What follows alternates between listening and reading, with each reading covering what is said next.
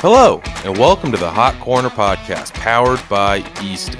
And now to our hosts, Brittany Heil and Matt Williams.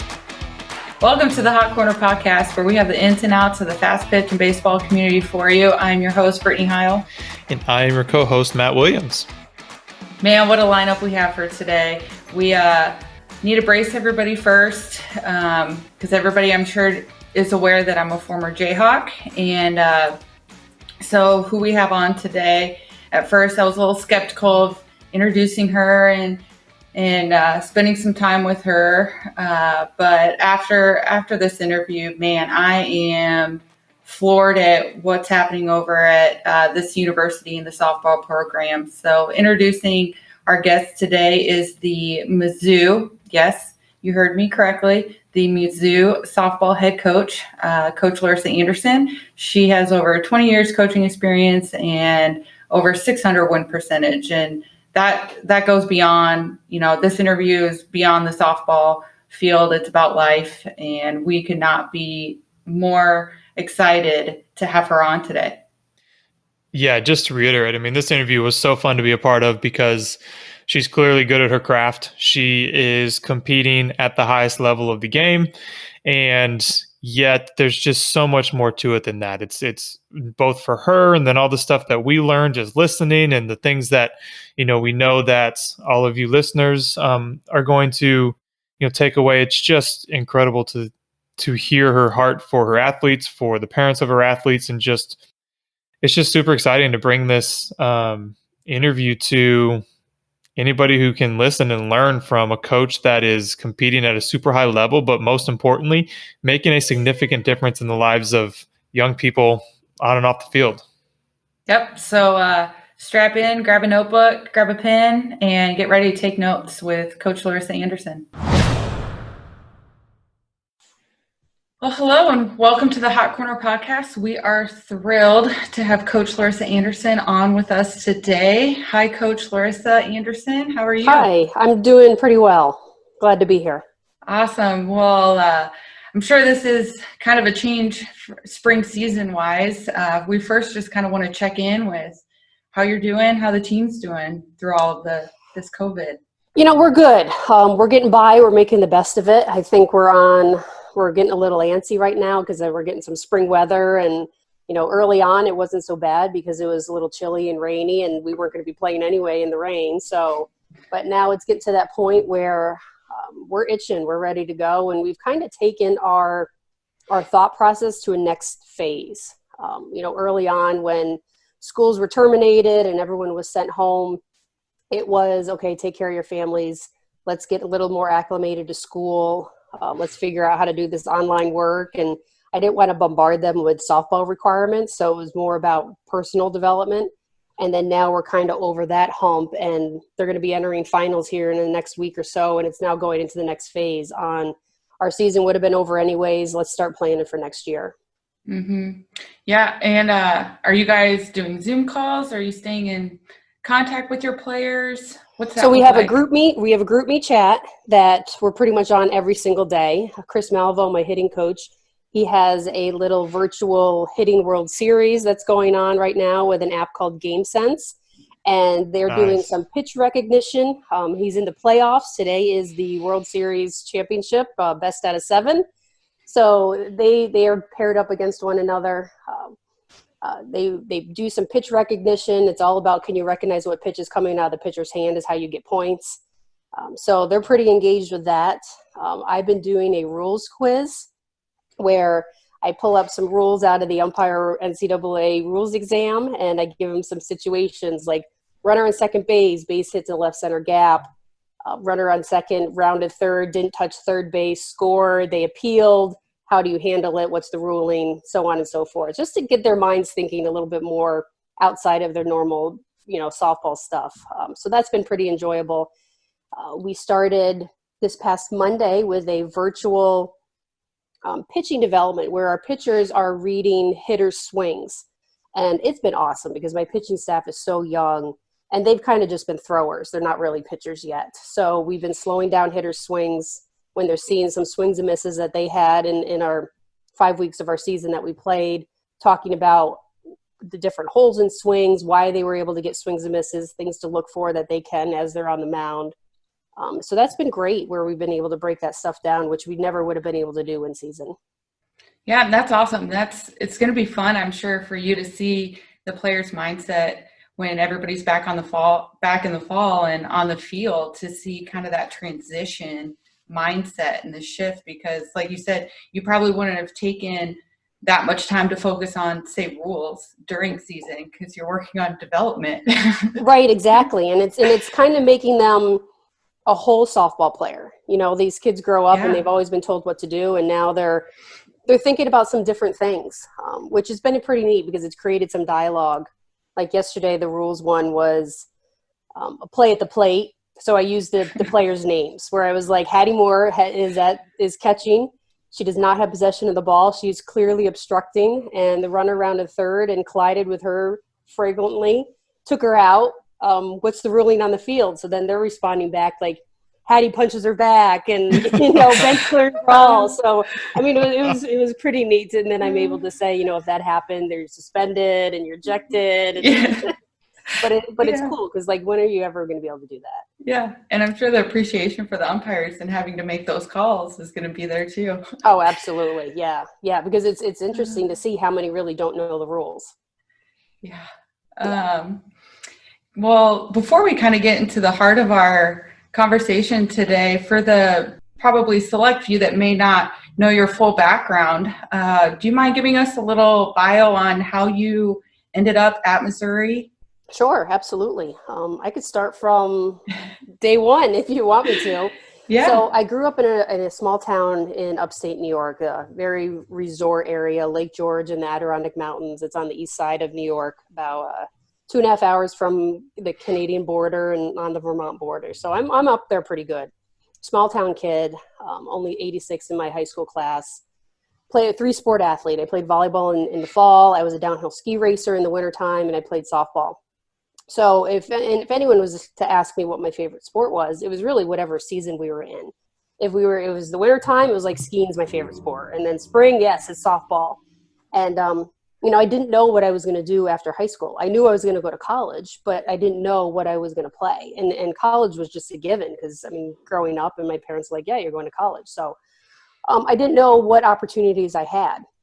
And my first experience seeing a softball windmill pitcher wasn't until after 10th grade, the summer going into 11th grade. I went to the New York State high school championships, walked on the field and saw a windmill pitcher. Because again, I'm up there. I'm in the upstate New York, and everyone was throwing pretty much slow pitch underhand. And I see a windmill pitcher, and right away I'm like, oh, I want to do that. That's pretty awesome. So went up to my high school coach. I'm like, how do I learn how to do that? And she's like, well, let's find a camp. So we found a 3-day camp, went there, tons of Division I coaches there, all the big wigs in the Northeast. And I learned how to pitch. And it literally was like 8 hours a day of pitching. I would go for extra at night and, really fell in love with the game there. And while I was at that camp, a college player came up to me and said, you're pretty good. You should play ASA. And I'm like, ASA, what is that? I only knew like your local town all-star teams. And so I got hooked up with a travel team in Albany. So I commuted an hour to there. And again, just fell in love with it. And there was one day that I said, I know I'm going to college, but wouldn't it be really cool if I could play softball in college? Because there's a million schools out there. And I said, I wish someone would just want me. So I did my research, and I wanted to be a physical therapist. So I found schools that fit my major and talked to a bunch of schools and really recruited them, and found a great fit at a school called Gannon University in Erie, Pennsylvania. Division II school. Had such a wonderful experience, and knew I would have a degree, knew I would get a paycheck. And in my mind, I was like, okay, physical therapy will be my profession. Softball is going to be my passion. And I knew I could always coach it. I could, coach a little league team or be in the game somehow.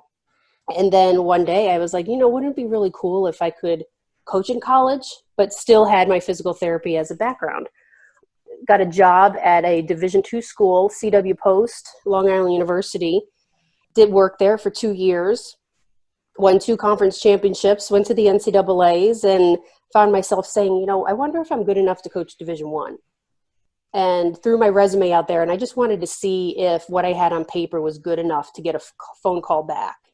And got a couple phone calls, and there was the crossroad of going, okay, now I know I can be in this profession. I know people are calling me because what's on paper, what's going to be the next step? Where do I want to go with this? So I turned a bunch of schools down, which was really hard for me to do at, 22, 23 years old, when you're getting Division I offers and saying no, because, it's been one of those where it was my dream, but I knew it wasn't going to be the right school and the right step. It kind of fell in my lap where Hofstra University had an opportunity and had a job, and it was on Long Island where I was living. And ironically, my husband was the assistant baseball coach at Hofstra, and the same week he left and took a job with the Kansas City Royals as a hitting instructor, I got an assistant job at Hofstra. So kept us on Long Island. I worked for Hall of Fame coach Bill Edwards for 13 years, and then ended up taking over his program and was the head coach for 4.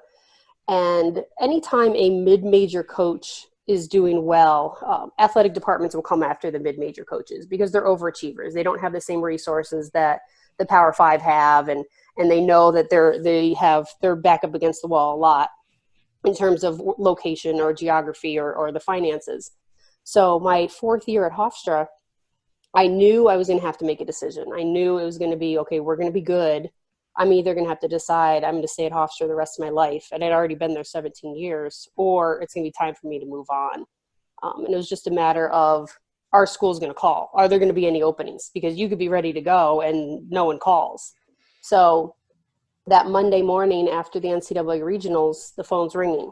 And the first phone call that I received was the University of Missouri. And the funny story is, I look at my cell phone, it says Columbia, Missouri, and I just hit ignore because I thought it was spam. And Nice. So nobody answers the call they don't know anymore. Exactly. Yeah. So That's I hit awesome. ignore, and I'm like, no one's calling me from Missouri. And then all of a sudden a voicemail pops up, and I get a text message almost at the same time.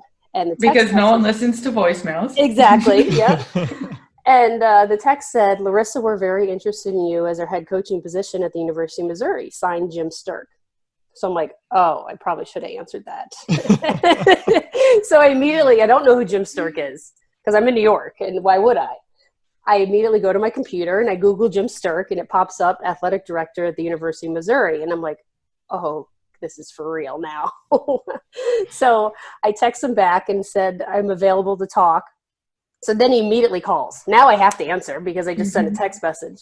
So he calls up and says, what are you doing tomorrow? I'm like, well, I have exit meetings with my team. I'm available before 10 or after 5. And I'm thinking it's for a phone call. And he says, okay, we're going to fly out to see you in New York. We'll set up a meeting for 5:30.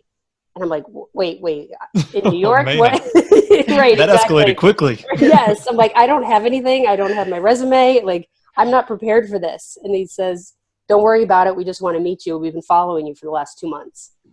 So right there, I was wowed.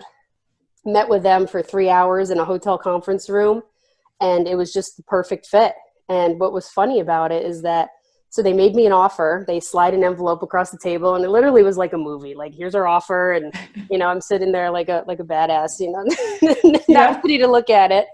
And I said I would never ever ask a recruit to commit it to a school without seeing the university. I'm not going to do the same for you. So you need to fly me out to Missouri. So, of course, the next day I'm on a plane, fly out to Missouri, and fell in love as soon as I stepped foot on the campus. Man, that's a cool story. I think Yeah. they and there's probably a lesson learned there in that you never know who's watching. I mean, how often do we tell, our players that? But what a cool thing to kind of reflect back on and be like, oh, man, they were on me and I didn't even know it. So it's like, there's something there, I think, to take away. Like, you never know who's watching, what opportunities could be waiting to knock on the door based on who's watching you without even realizing it. That's pretty cool. Exactly. Yeah, it was pretty impressive. And to top it off, so I spent 2 days out in Columbia. And the first day I knew that I was going to accept the job. But again, I'm playing the game and meeting everybody, meeting the chancellor and, everybody in the entire university. And I knew, and I talked to my husband that night, that I was going to accept it. And then the next morning, I'm having breakfast with one of the associate ADs. And he's still trying to sell me on the school, like just telling me how great everything is. And I'm sitting over my omelet and I'm like, I'm taking the job. Can I just have my omelet first? And like, then we can get into all everything. Like, you can stop now. Just, it's okay. You got me. Yeah. Oh, that's awesome. Yeah. It was What a cool. fun journey. And I think what I love most about that is when you fell in love with the game, you started doing your research. I think a lot of kids, they think things are going to be handed to them. And I just love the idea that you did your research, you looked on where you wanted to go, you were a multi-sport athlete, and you did it. So playing multi-sports, are you an advocate for multi-sport athletes? Huge. I think it's so important. And when I'm getting softball players that are good softball players, they're terrible athletes because they're not playing other sports. And I have to teach those softball players how to become an athlete. And it's hard when I have to tell a fielder, a defensive fielder, that she needs to get in a position like she's playing basketball defense and she has no idea what I'm talking about. It's such an awkward position for me to try to teach an 18-year-old, 19-year-old how to do some of these skills. And then their body breaks down because they've overused the same muscle groups playing the same sport for such a long period of time. So I'm a huge advocate of sports. I love high school sports. I love competition. I think high school is great because you're always playing to win. I think especially summer travel ball, it gets into too much showcasing that you're trying to show off for a college coach rather than keeping things in perspective and getting what you can out of the game and what the game's going to teach you. So I think, we have, our listeners, come from a huge spectrum, and, we're going to talk about a lot more than just, the progression of trying to play at the highest level as you can. But I do think it'd be valuable if you could speak, coming from your perspective, just for anybody listening, like, how do parents and players and coaches, what would be your thoughts on how they can keep a perspective and keep a balance? Because if somebody does have high goals and there's pressure to specialize, I know the NCAA is working on, pushing the recruiting calendar back, but it's just astonishingly early with how quickly some of this recruiting can happen. So just wanted to, get your thoughts on, what should parents and players and coaches be thinking about when they're 12, 13, 14, and they want to be involved, but they're also wondering, how serious do I need to be if I want to develop as an athlete? So I just wanted to know if you could talk a little bit more to that, just from that kind of bigger perspective side of things. I think it's two different things. It's one, finding out what level the kid wants to play at. And 10, 11, 12, they don't know. And sometimes the parents' wants are different than the kids' wants. And what ability do they have to play at? Because there's kids out there that don't have the ability to play at, the top premier level, and the parents are continually pushing them because they think that's what they're supposed to be. I always correlate athletics to math and spelling. And if I'm in 8th grade and I can do 10th grade spelling, why would I continue to do 8th grade spelling? So I'm going to go at the level that my spelling ability is going to allow me to do. Same thing in music. If you can play Beethoven when you're in 7th grade, why are you still playing Mary Had a Little Lamb? So, and vice versa. You're not going to take your 7th grader that barely can touch the keys on the piano and throw them in to play Beethoven. So it works the same exact thing in athletics. It's finding out what their ability is and what do they want to do. That kid might not want to be playing Beethoven, and that's okay. And it's finding the right fit to make sure that they're getting the most out of it based on their ability, based on their resources, based on what their ultimate goal is. But I think the goal of athletics at every level is just teaching the leadership skills, the competition, the responding to failure, all those intangibles that the classroom can't teach. You can't learn how to overcome adversity from a textbook. You can't. It's athletics that teaches you how to overcome that adversity. And you learn that at a very, very young age. I have a great story that I tell. Unfortunately, I lost my dad like 3 days after I accepted the Missouri job. But there's so much that he taught me that prepared me for right now what we're going through with the coronavirus. And I'm in 9th grade, and I come home after a volleyball game, and I'm sitting at the dinner table when families actually had dinner at the dinner table. And, and I was mad. I was mad because I didn't get enough playing time, and I was on the second string. And my dad's like, all he said is, "You don't like it? Play better." And that was it. It wasn't any excuses. It wasn't call up the coach. It wasn't, oh, let's go find another team. It was a message very, very strong that he said, you don't like the result? Well, play better. Give them a reason to play you. And I take that all the time, that if I don't like a situation, then do a better job. You don't like the result you're getting? Be better. And I think that's the message that kids need to understand, and parents can help kids through that rather than paving the way. And you hear about the snowplow parents and making sure that the grass is always cut perfectly for them and the path is clear. They need to have some adversity to prepare them for instances like our country is in right now. I think I'm so unbelievably proud of how my team is handling this, because the University of Missouri softball team has had a lot of adversity the last 3 years. For those of you that don't know, they were under investigation from the NCAA before I got there. They had 3 different head coaches in one calendar year. They have an NCAA postseason ban, so they weren't eligible for postseason. And I think a lot of teams around the country in all different sports would have probably rioted and uproared and fell apart, and kids would have transferred. We did not lose one kid to transferring because of this adversity. They bought into what we're doing. They believed in the program. They believed in their teammates and their coaching staff. And so when the country is under this pandemic, we handled it with such maturity and such grace, and it wasn't devastation on, oh, our season's done. It was, you know what, we do what we do. We got to handle it the way we're going to handle everything. You know, it's out of our control. We have no control over it. And I think they're going to be such better people because of all the preparation they had leading up to this. That's awesome. And so when you took over, how did you create an environment for them to buy in to your philosophy? It was really setting standards from day one. At first, I sat back. I sat back for like the first month, and I just watched them. And they signed off on rules, and I explained like discipline is the foundation of success, and you have to be disciplined, and athletes need discipline. So I laid it out for them, but they didn't really understand what discipline was. So then I sat back and I just watched how undisciplined they were. So at the moments, then I can educate them on, you can't pick and choose when you want to be disciplined. Like you can't have, we're going to tuck in our shirts, but we're not going to line up our equipment. You want to have everyone wear a visor, but then you disrespect all your other equipment. So you can't pick and choose. It's either all or nothing. So it was just educating them. And then when you're successful because of the standards that you set, you make sure you bring it to their attention. We were successful. We won this game because we were disciplined at the plate. We were disciplined on and off the field. The other team got distracted because the umpire's zone. They got distracted because of a fan.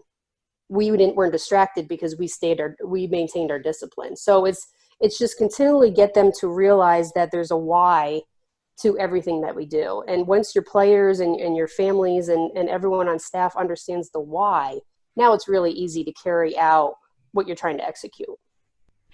Yeah. That's really cool. What, where did some of that inspiration behind, discipline and the impact that can have on a culture, on performance, like where does some of that come from? I know you mentioned your dad taught you some valuable lessons. Was it your upbringing? Were there some resources? I'm just imagining, even as myself, as I'm thinking, I'm like, okay, sweet. I want some of that. Like, where do I go learn more of what you're talking about? So where does some of that come from that has influenced you and helped you lead in that way with your program? I mean, it's definitely my upbringing. I'm the firstborn, so I'm very type A personality, but it's that message again, you don't like it, play better and go figure it out. Like I'm throwing the ball up against the wall because I wanted to be able to do it. Private lessons were not a thing back then. Mm-hmm. So I needed to figure some things out on my own. But then being a downhill ski racer, it's an individual sport. So I'm creating my own success or failure. It's no one else's fault but mine. So I had to be disciplined in studying a course and with a time frame where I had to be up really, really early. And as a 15, 16-year-old, that's tough. But I had to get up and I had to hike up a mountain and I had to train on a course, and you had to be very, very disciplined. And then that carried over to softball and coaching and my profession. And I think it was the perfect fit working for Bill Edwards at Hofstra because he was a disciplinarian as well. So seeing the success that he was there for 25 years and won 23 conference championships. So it obviously works. It's a decent percentage. Not bad. No pressure or anything taken over. Right. Yeah. But, seeing that the players, because they were so disciplined, they were so successful because of it. And right now, I think I currently have like 8 or 9 alumni that are coaching collegiately at the Division I level, because that same discipline carries over to now their profession. That's awesome. Appreciate you sharing that. What do you think was the hardest part transitioning from player to coach? I think socially, because you want to be surrounded by people of your own age. And you can't have a gray line. Like, there has to be a very, very distinct line socially. Like, you can't be hanging out with them and have them have conversations in front of you that they wouldn't have in front of their head coach. And kids are always going to push the limit. Like, they're going to test and see how much they can get away with. It's just in their natural upbringing. That's how they're wired. But as soon as you say, would you be talking like that in front of the head coach? And they say no. And then it's like, well, don't talk about that in front of me. And then immediately that separates you. And now they're going to start respecting you even more. If you cross that line and you try to be their friend and you're in this profession to have friends, they're not going to respect you the same way that they would. I agree completely. So you played multi-sport, and when you got to the coaching level, like what drove you to want to coach? What's the passion behind coaching? I love seeing players get better. I love the joy on their face. I recruit upside potential. So yes, it's so easy to pick out the most talented player on the field, but how much room does that player have to grow? And they might be as good as they're going to be, and they might be already really polished, and they don't have room to get much better. I love seeing the kid that might be really athletic and just hasn't been taught and is not very polished in her fundamentals, or hasn't been pushed yet. And I love seeing her get better. And by the time she graduates from my program, she's the best possible softball player she can be. Like, that to me is amazing. And then when they learn all the lifetime lessons that the game teaches you outside of softball, then when they go out to the real world and they compete and they get that job interview and that raise, and they're very successful parents, and they come back and say, thank you. Like, I've really learned how to be a disciplined person because I came through your program. That means more to me than anything. When I'm invited to weddings and I'm the first one they call when they find out that they're pregnant or that they're getting married, like, those things mean more to me because they understand the influence that I had or the program had in their lives. Because you're with these kids 4 to maybe 6 years. And so you're doing life with them and you're their mentor. And what type of advice would you give youth coaches for those that are at all different levels? It's always keep things in perspective and always do the right thing for your athlete. It's not about you. It's not about me. It's not about me being right. It's making sure that I'm always keeps things in perspective. And I might not always be fair. No, I might not always be consistent. So I'm not going to treat everybody the same, but I'm going to treat everybody fair. So I have to figure out how every single player ticks. But I'm always going to do right by that player. And there's some kids that I got to put my arm around them and console them because that's their personality. And there's others I need to get in their face. But it's my responsibility to know how to treat them the right way. And if you always do what's right by them, you're never, ever going to lose your team. You're never, ever going to, their parents aren't going to be against you. It's when you compromise some of those issues and you make it more about you, that's when you lose them. Then they're not buying it. Then they feel it's like you against them. Yeah, definitely. And that helps take away when you hear parents say the coach has favorites, because sometimes you'll hear coach has favorites. So if you are drawing that line and explaining, no, I'm doing what's best for your child and this player, then the parent doesn't have any ground to stand on against that because Exactly. you are being fair. Right, exactly. I did one of the best things I've ever done in my career this past fall. So I've only been at Missouri. This would have been my second season. And last year taking over, there was a divide where the parents didn't really understand the why. The kids did.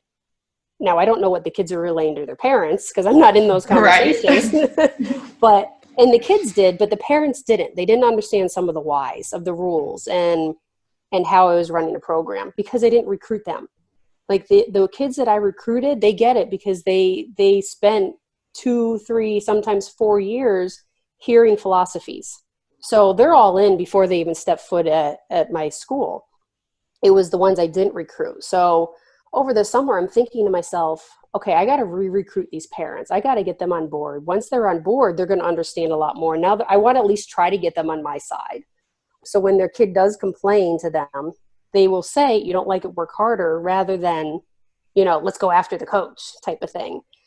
So I had a parent meeting and it was phenomenal. We spent 2.5 hours. I went through all the rules. I explained the why to some of these rules, and they could ask questions if they didn't understand. And then by the end of it, the parents are like, this is the best thing ever, because now they're really starting to hear the leadership and the teaching points, the accountability, and what I'm trying to do to help their daughters become better people, not just better softball players.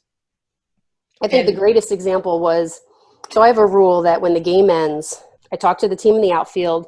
We walk in 2 lines back to our bus. They put all the equipment back on the bus, and then I will give them time to talk to their families. It's not game ends, go talk to your families, and then I got to rally up the troops. It's, nope, we're still with the team. Get back to the bus, put it on, and then I will dismiss you to talk to your families. And the first year, they had a really hard time with that because the culture was the game ends, and then there was like a free-for-all. You can go anywhere you want. And when I explained it to the parents, I said, what if I have a kid on my team that is from a broken home and she's being abused by one of her parents? And all of a sudden that parent shows up at a game and the kid is distraught. And if I allow the kids to go anywhere they want, now that abusive parent can get a hold of that kid, and I have to protect that kid. That's my responsibility. So I will make sure that everyone can get to the bus, which is a safe place because the parents aren't going to go on the bus. It's a safe place. So now that kid has somewhere to go that feels comfortable. And then if she wants to get off the bus and go talk, she can. But I have to at least provide a safe place for everybody on the team, not just that one kid. And as soon as I explain that to all the parents, they're like, oh, that makes so much sense. Now I understand why you're doing it. Rather than them being selfish and say, well, I want to talk to my kid as soon as the game ends and give them a big hug. You're going to have time. Let us get to the bus. Yeah. And then you guys can get your hugs in.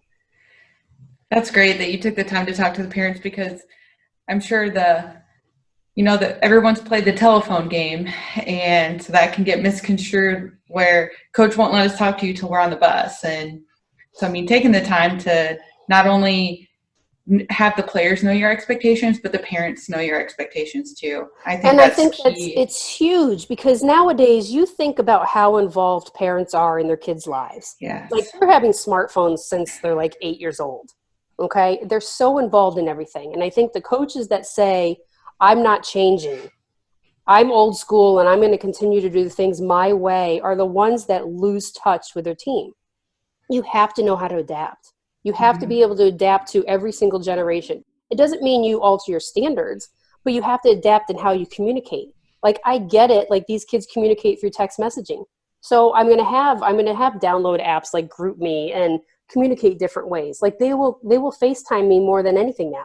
Like, that's not my generation. We never FaceTime, but it's theirs. So now I have to be able to adapt rather than say, no, I'm not doing it because I'm old school and this is how I function. I need to figure out how they function so I can get the best out of them.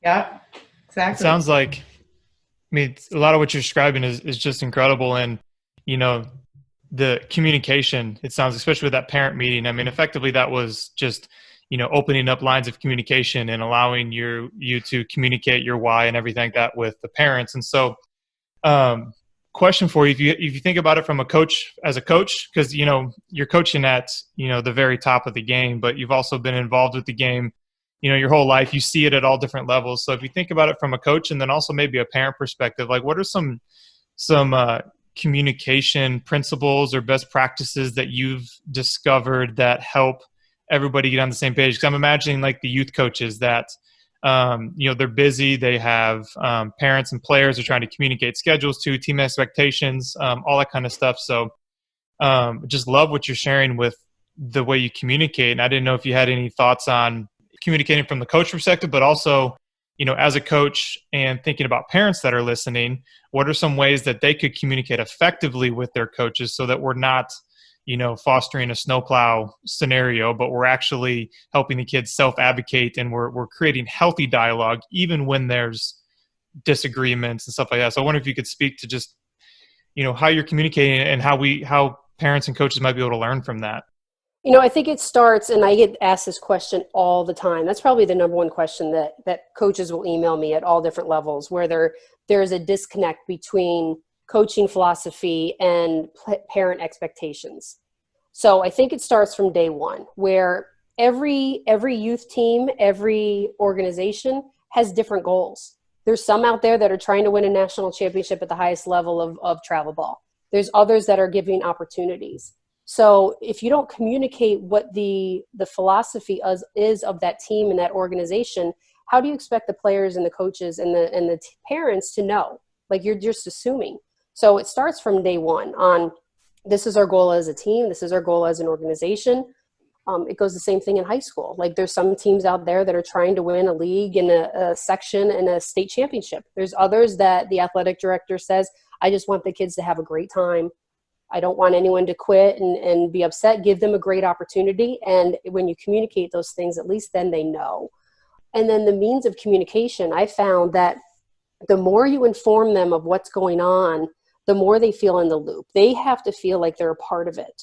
So we've gotten a lot better in sending emails. So we'll have a parent group email. And now they're starting to include us in some of the parent talks. So it used to be the parents had their own little conversations and the coaches were left out of it. Now we're actually carboned on these emails where they're getting together with tailgates and doing things as a parental group because they feel like now they're more involved in the program. And once you get them on board, then obviously it's going to be you're running a lot better. But the group emails, we'll do a newsletter that we'll send out to the parents and alumni, so then they feel like they're completely part of the program.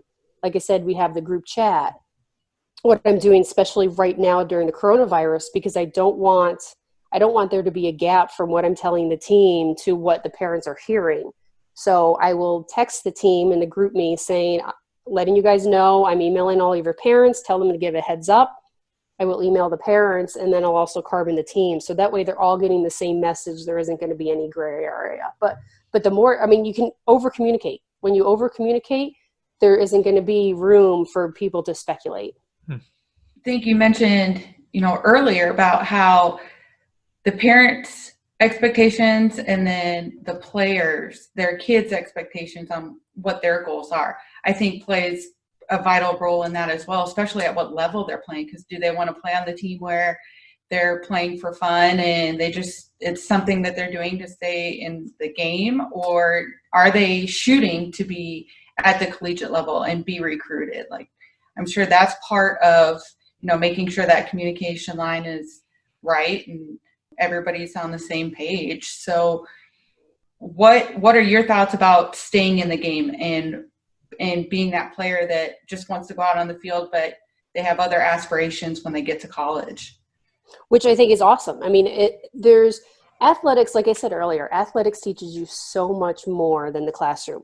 So I encourage people to play on teams because you're learning these leadership skills. And there's an interview that's going out right now about Muffet McGraw, it was the women's basketball coach at Notre Dame, and she just announced her retirement yesterday.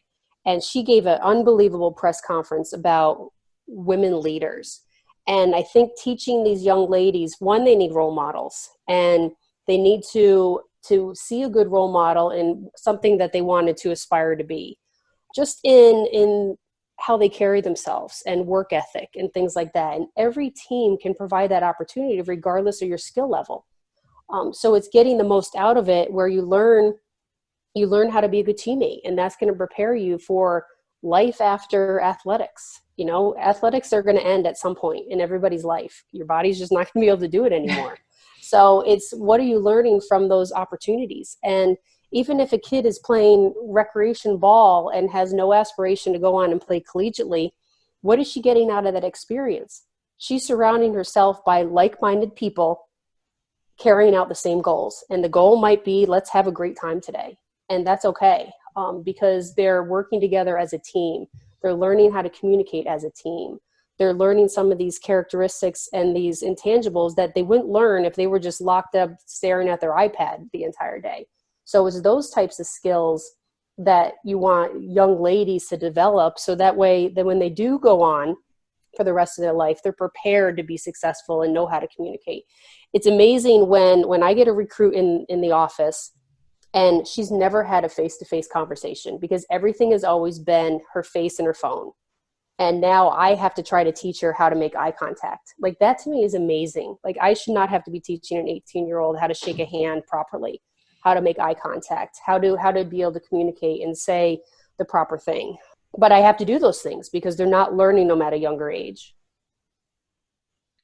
You're totally right on the face and the phones, and just how, communication has changed growing up and how accessible social media is to the younger generation now. Back when we played, when we didn't have that. Such a great message about staying in the game for our listeners and our players. So my high school coach, again, I went to a very successful high school program, won a state championship. My high school coach is in the New York State Hall of Fame, and I did not lose a lot of games growing up. But when we did, I will never, ever forget, we'd be walking the line and we're devastated because losing wasn't something that we really knew how to do. But we would be walking the line, shaking hands with the other team, and you could hear her in the back of the line going, head up, look them in the eye, head up, look them in the eye. And it was that message on stop feeling sorry for yourself, respect your teammate, or respect the team that you just played, respect your opponent, sent messages to us growing up on, one, it's just a game, and you never ever want to belittle and disrespect the game, and to give respect to your opponent. That's what the game teaches us. And what's so great about having the eye contact going through the line is you can have that little chip on your shoulder and that look in your eye you give the teammate or your opponent with when we play again and when we meet again, there's going to be a different result. Exactly. Yep. And then anytime you see a team celebrate, so you're playing for a championship, whatever that championship is, and say you lose and the other team is celebrating their victory, to sit and watch them, to see what it's like to celebrate like that. If they never see it, they never know what it should look like, what that feeling is.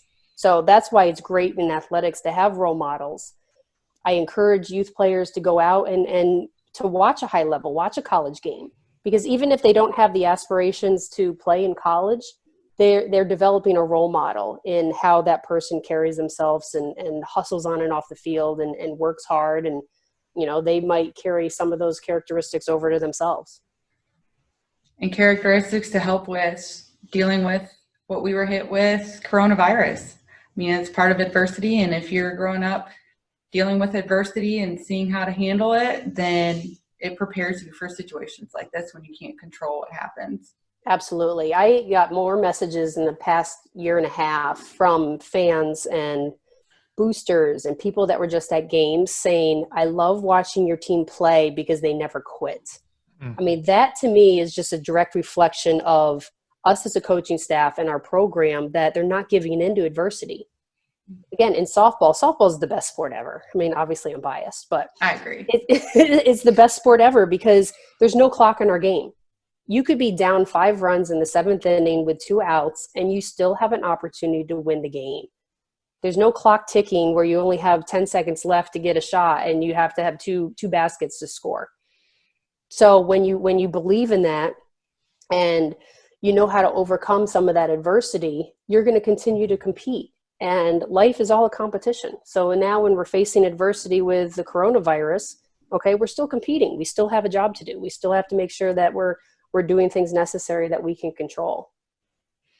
Coach, one thing that's abundantly clear is your heart and your passion for developing the whole athlete. And so just want to acknowledge and appreciate you for that, because you're competing at the highest level. I mean, year one, going to a regional, taking on the number 1 team, just, some really cool stuff competitively, but it's very, very clear that it's about more than that for you. And that's just, it's encouraging to see someone at a super high level competitively still focused on more than just those results. And, we've kind of had a wide-ranging conversation here, but I definitely wanted to we've turned over a lot of stones, but as you're thinking about the youth baseball industry, just potential listeners, whether it's coaches, players, parents from all different levels of the game, is there anything that we haven't covered yet that you kind of wanted to share about why the game matters, why it's important in the lives of young people, and just what we can do, because all of us in this industry at various levels, what we can do to continue promoting the game for all of its, power and purpose in the lives of young people? I think it's opportunity. All these teams are providing these young ladies an opportunity, and that's huge. It's taking advantage of that opportunity, but I think, and I've touched on this a little bit, it's the leadership skills, the role models that these young ladies need and have. It's just so unbelievably valuable in the skills that they're learning at such a young age to prepare them to be competitive females in the workforce. And that's really what it comes down to. Like, when I have kids that will go on to their first interview, this is one of my greatest stories. So it was a young lady graduated very early on in my career. And she had an interview for POC Media, which is a huge music industry firm that puts all the music in professional ballparks all around the country. So she's working with, the Phillies. Unfortunately, she was in Philly, and I'm not a Philly fan. But so she's working with the Phillies on, all the hitters and what their walk-up songs are and those types of things. So she has to work with the artists and agents in deadlines. So she goes on her first interview. She kills it. She went on 3 different interviews, and every time she went on an interview, she worked her way up the chain. Her last interview was with 3 CEOs of this company. And so they're putting the pressure on her, and she's like, they go, you have to deal with artists and agents and deadlines, and it's a lot of pressure. Do you think you can handle that pressure? And they're trying to intimidate her, okay, because she's a young female. So she looks them in the eye and leans across the boardroom and says, I'm a Division I athlete. I know what pressure is. And immediately they're like, you got the job. But yes. it was the preparation. Like, here's these 3 men trying to intimidate this young female. And because of what she learned being an athlete, and then take it to another level, a collegiate athlete, where she could learn the same things at a youth level, but she was confident because she was successful and prepared, that when she went on to this interview, she killed it because she learned all those lifetime lessons that athletics taught her. Such a fun story. That's so cool for you to be able to tell. And that's great. Yeah. Love it. I had another kid, and I have so many million stories because I've been coaching for a long time, but there was another player who was not a Division I athlete whatsoever. Really probably shouldn't have been playing softball, but wanted to be a part of the program to learn everything that the program could offer her.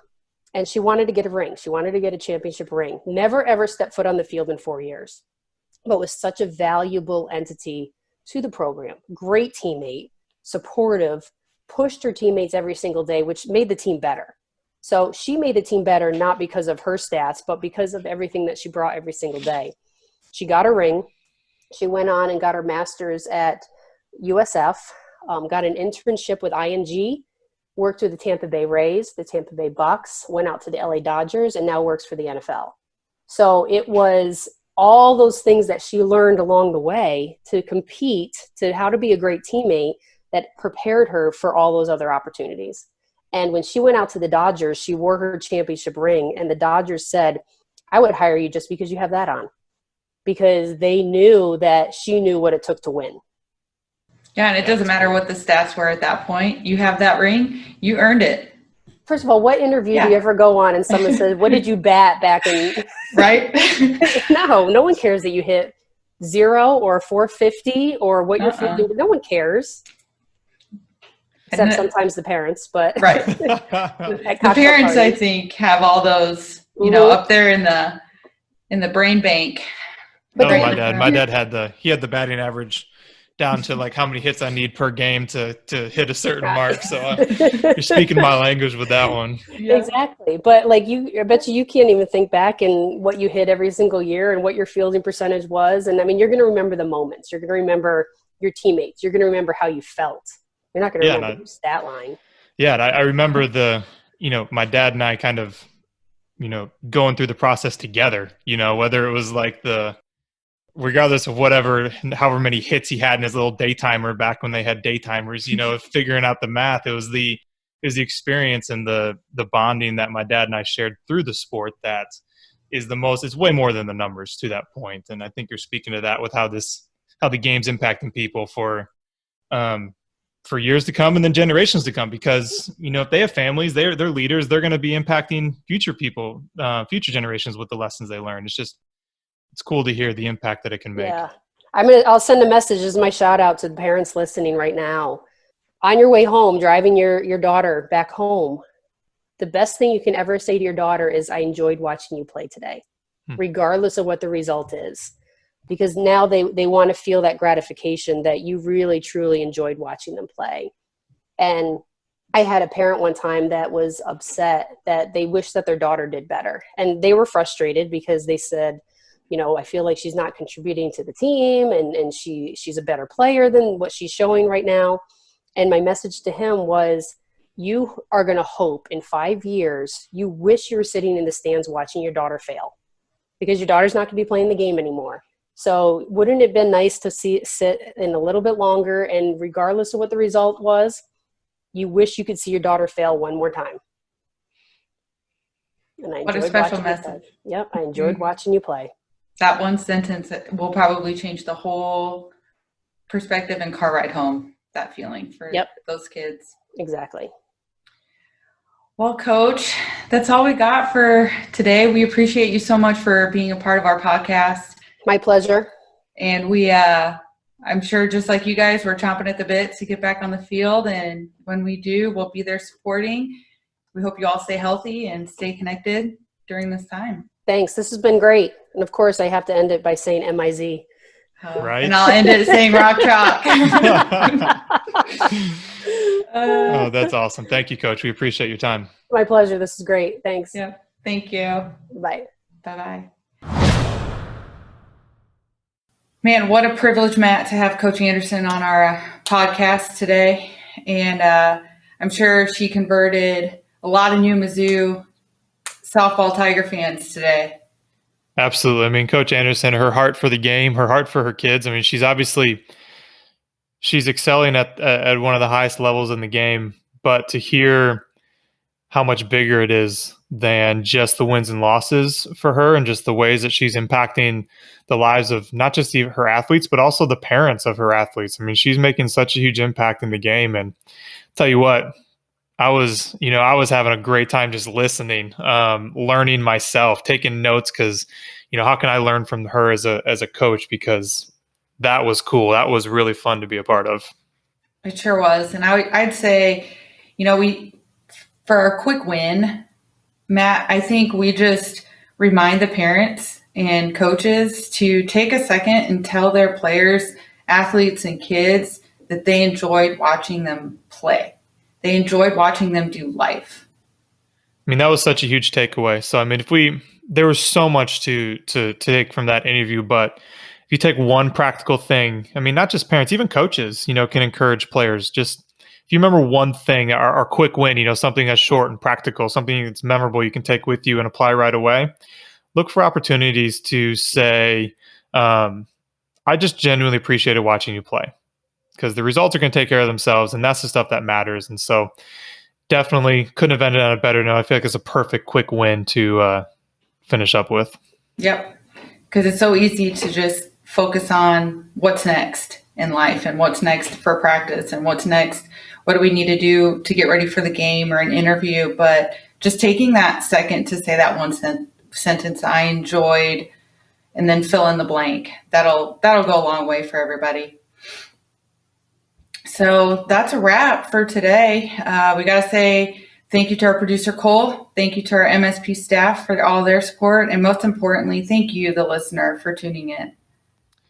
Absolutely. And if you liked what you heard and you want to get the latest episode every week, go ahead and hit that subscribe button. So these episodes download to whatever your podcast player of choice is. And we'd love for you to follow us on social media. Our handles on Twitter and Socialgram Instagram it's at hotcorner_pod. So it's at hotcorner_pod. And we'd also encourage you to check out the show notes where we'll link to more information about Coach Anderson and the Missouri softball program, because it's more than just what's happening on the field there. There's some really cool stuff. So we definitely encourage anybody listening to go follow what they're doing, because it's some really cool stuff happening there in Columbia, Missouri. Absolutely. And until next time, remember that we're better together, and we'll talk to you next week.